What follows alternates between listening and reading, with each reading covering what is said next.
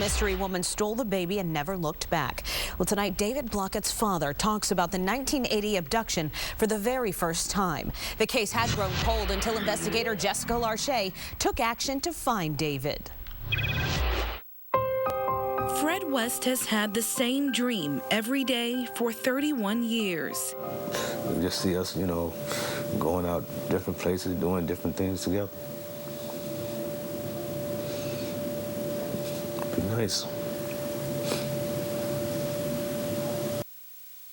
This is what he sees when he closes his eyes. Visions of his first son, David. I think I was kind of overjoyed, First son. West was 22 then.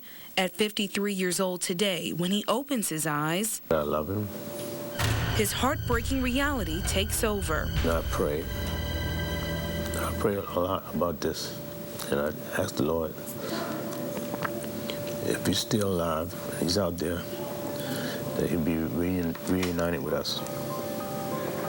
On a cold December day in 1980, his 19-year-old girlfriend, Vanessa Blockett, was inside her Newport News home.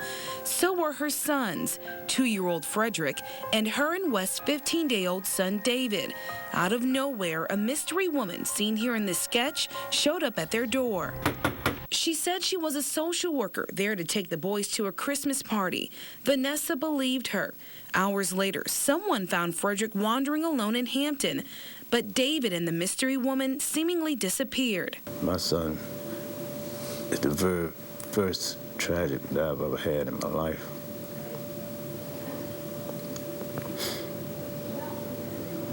Fred West's life has been filled with missteps. He spent many years in and out of jail, drug-related charges mostly, and much like today, West was in jail when David was born. Vanessa brought their baby boy to see West at the jail. Well, he looked more like his mother right now, The laughter from West's first visit with his son ended days later. News of David's abduction hit the headlines. West begged authorities to let him out so he could help search for his son. So I was like anxious to want to get out, go look for him. But they just wouldn't let me go. Searches for David would grow cold. Years later, at just 36 years old, Vanessa died of a brain aneurysm. West believes heartache, too. Yeah, that was a tragic that she had passed away the way she did. West says his anguish over David's abduction fueled some bad decisions in his life, and while he's a bit embarrassed that his son may see him behind bars, he hopes it won't keep him away. I wouldn't want him to see me here and being locked up like this, but it's better for him to see me here than not to see him at all,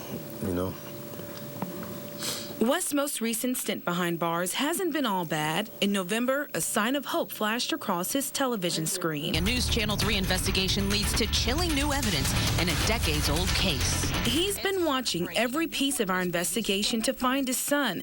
I started digging into David's mystery last year. We spent months tracking down his brother Frederick. He's a church elder now in Selma, North Carolina. Next, we took action to get Newport News detectives to reopen David's case, and not long after that, I think this evidence will give us a huge boost into locating David. They found the clothes David was wearing the day of the abduction, tucked away in evidence. We even received the most promising leads about the mystery woman since David was stolen. But you wouldn't find it, David would still be closed case with nobody looking into it.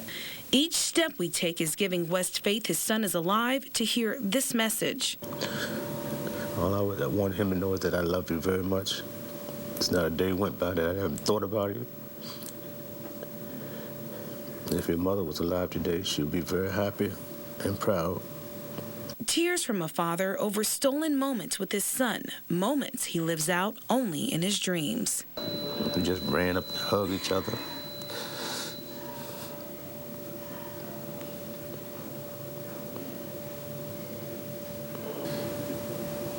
What would that be like for you?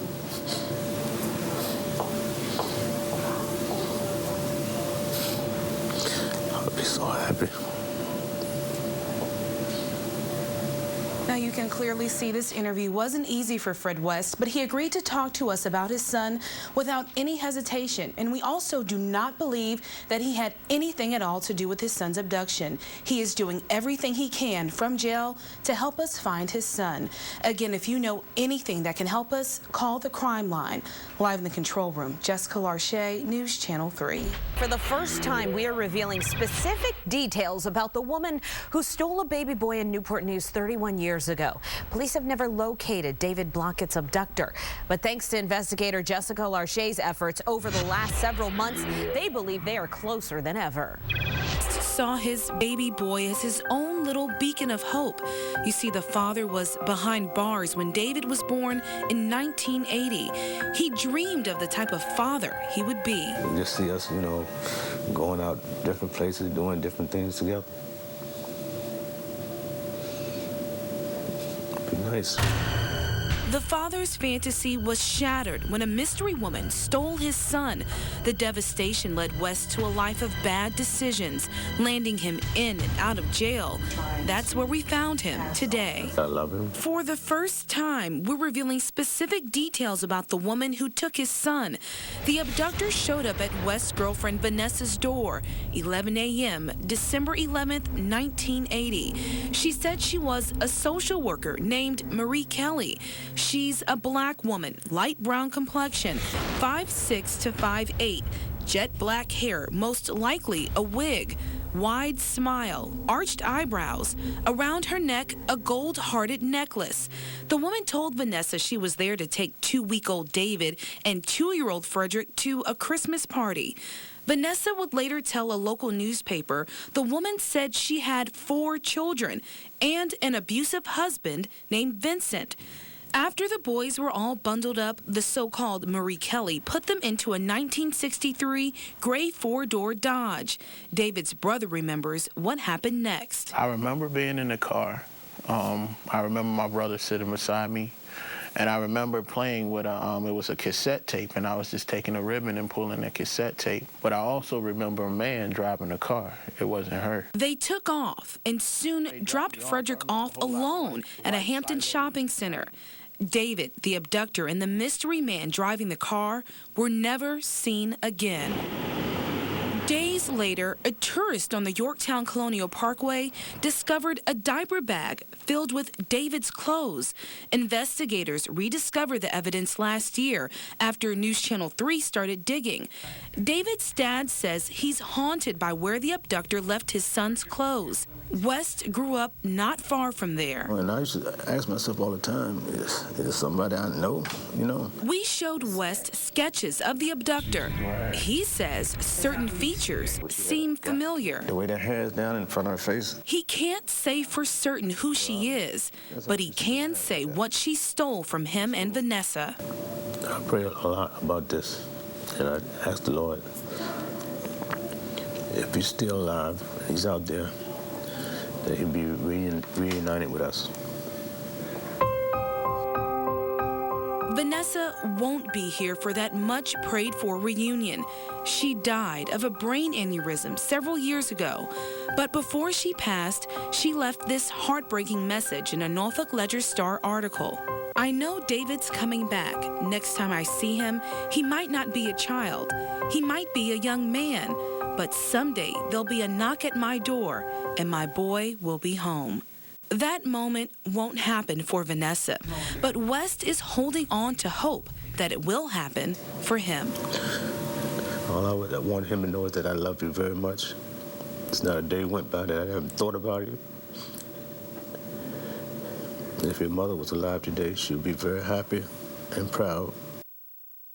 It's obviously very difficult for David's father to talk about him. Now, he is taking action to help with this investigation from jail. He's given us his DNA for if or when we find David. That way we can prove if they're related. Live in the control room, Jessica Larche, News Channel 3.